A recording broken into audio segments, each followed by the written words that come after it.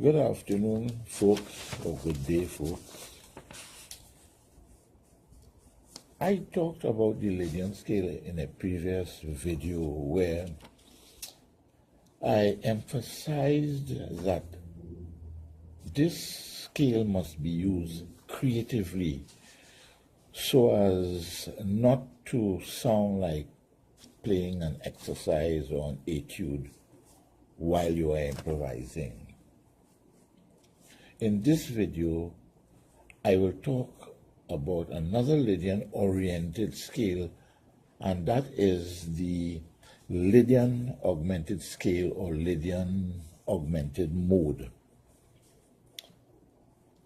But before I get into this discussion, let us reflect on the construction of the normal Lydian scale or Lydian mode.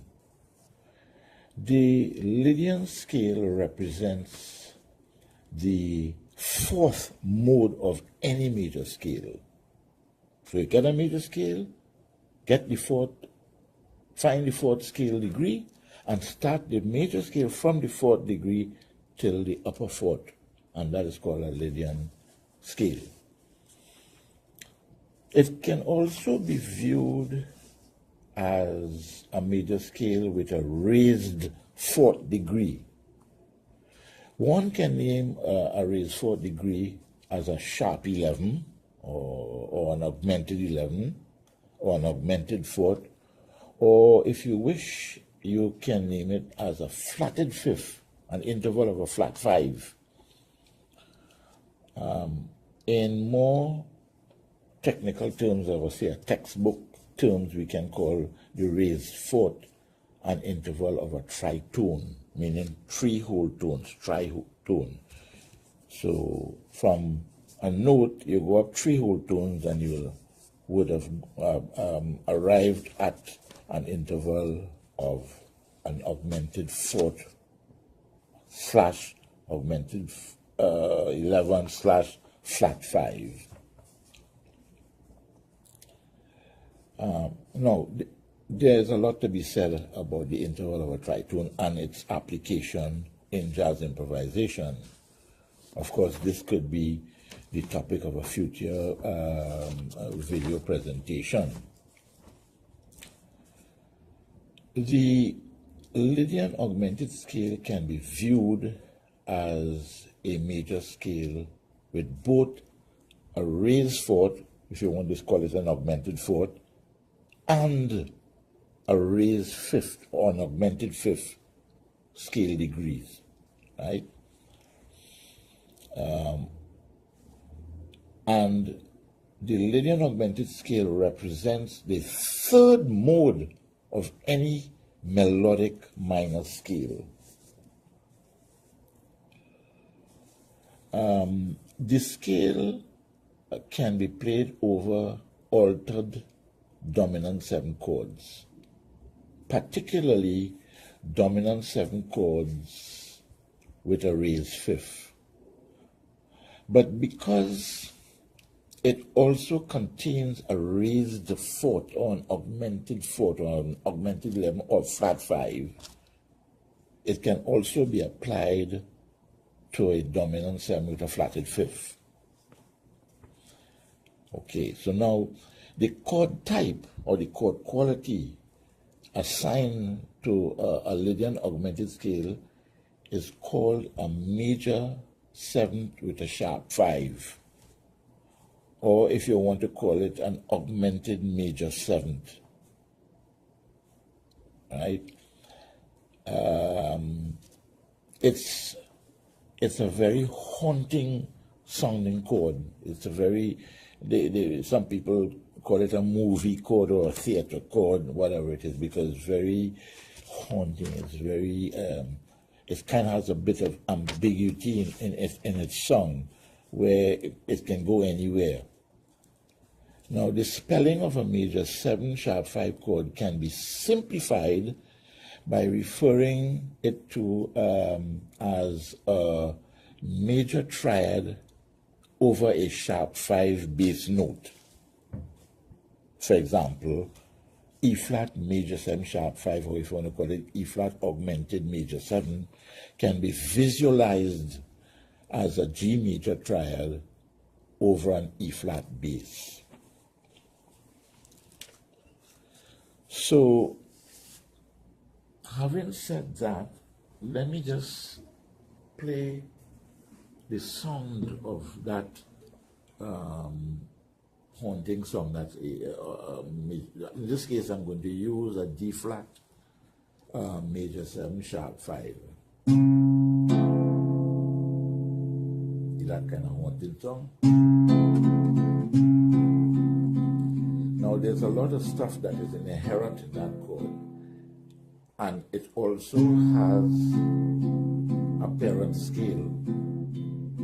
So D flat major 7 sharp 5 is the third degree chord, or the Lydian augmented chord, scale chord of a B flat melodic minor. See? It's that.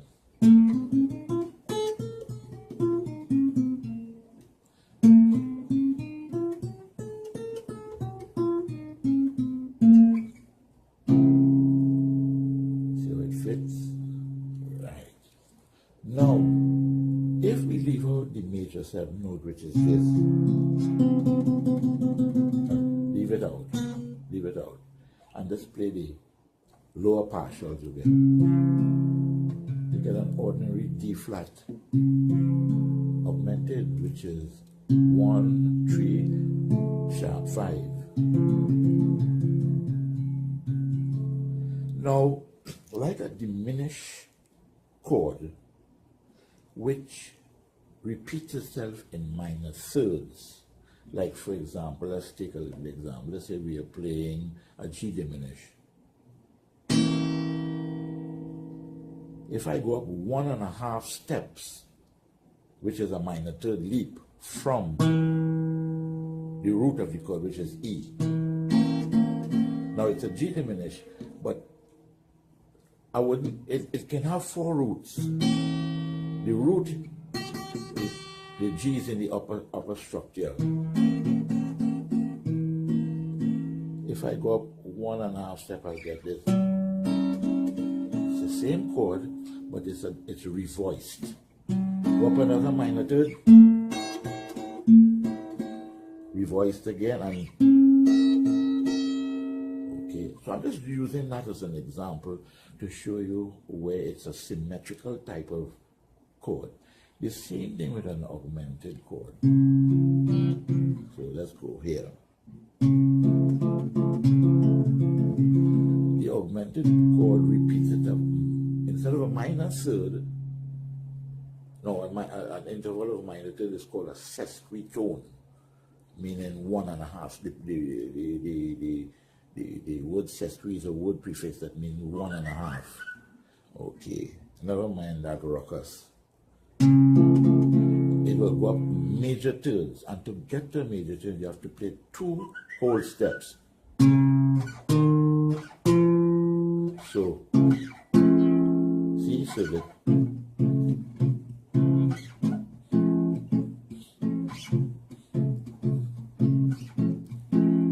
right, so that I'm taking the D flat and I'm going up to an F.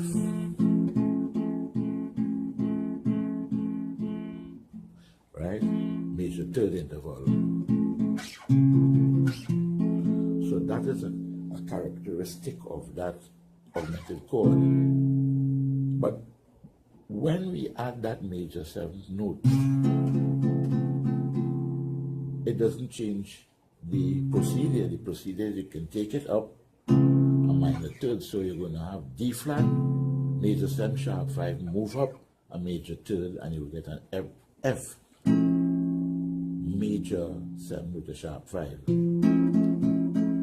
So you can use them interchangeably.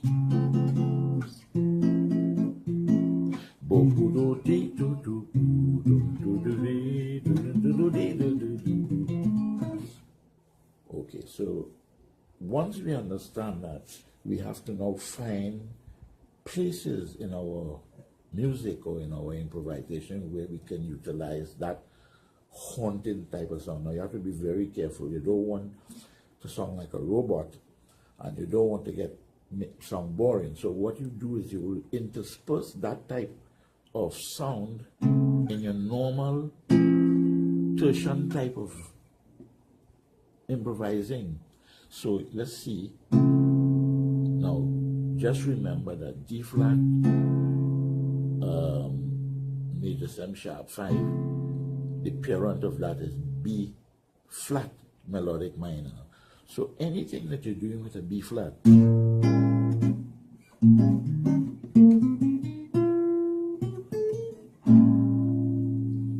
I am playing a B flat minor. Now this B flat minor can be viewed as a 2 chord in the key of A flat. So it'll be 2, 5, and 1. See, it fits on the B flat minor. So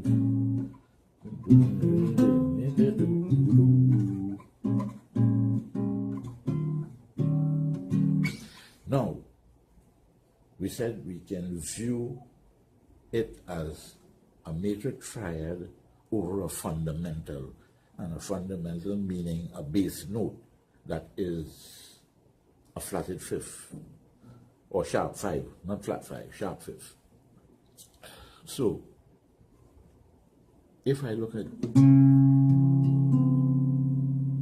this is the D flat bass, and the upper partial or the upper structure of that chord is an F major triad, which is F, A, and C. So it's D flat, F, A, and C. You can bring back an F here. Do, do, do, do, die, do, do, do, do. Right. So that is one thing. Now if I want to get the F here, I can come here.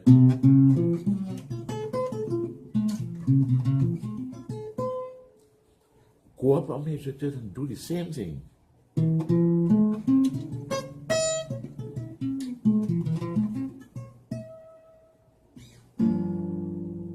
Now, I applied it 2, 5 in A flat, but I could probably also apply it to a 2, 5 in F.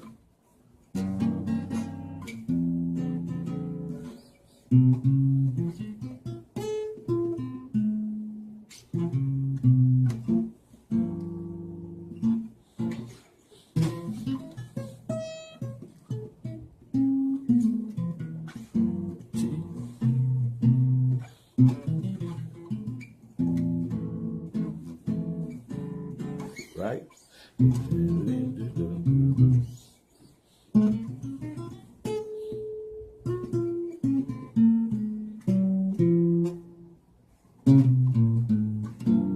Well, that is B flat melodic minor, but I started off with the 3rd degree chord. See? Don't go. So I go up with an arpeggio, and I come down with the melodic minor, which is the parent. See?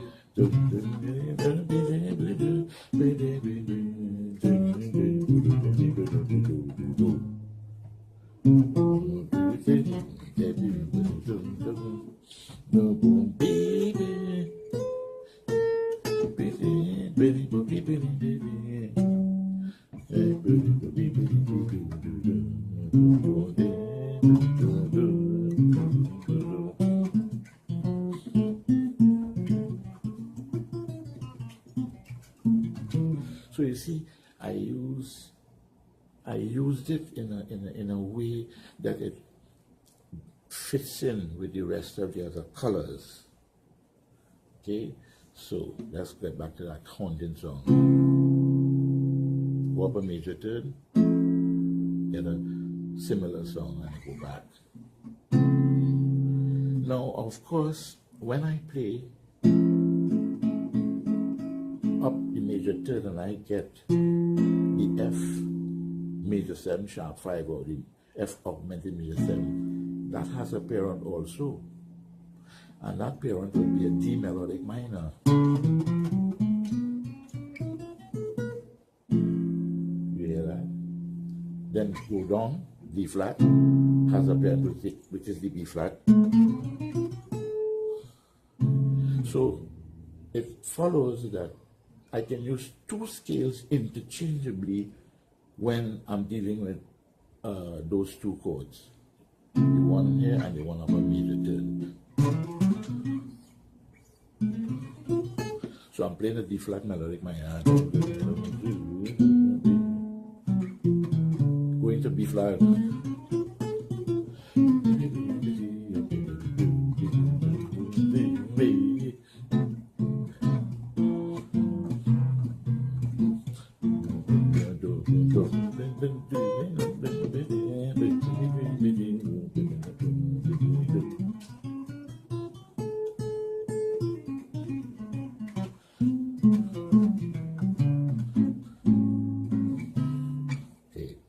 So,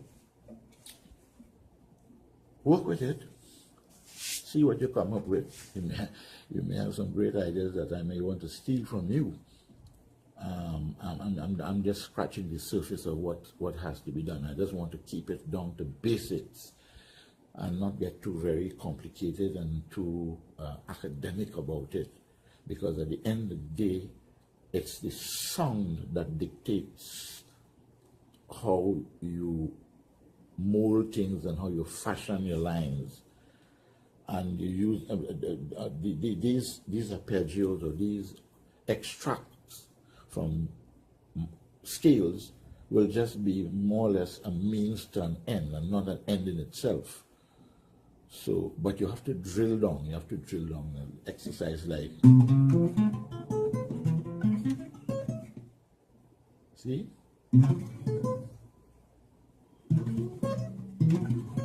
It's very difficult, eh?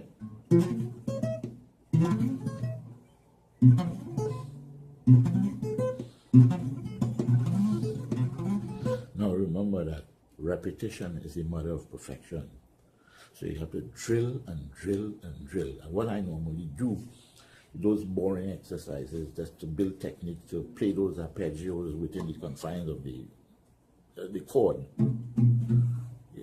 Watching a TV show, sit down, and you're just watching a TV, and you're just going very quietly.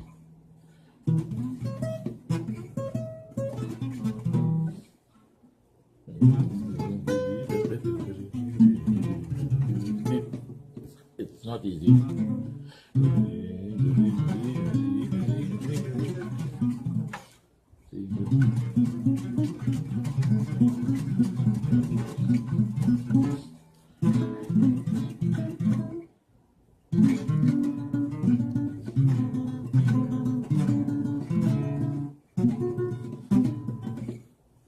That kind of thing.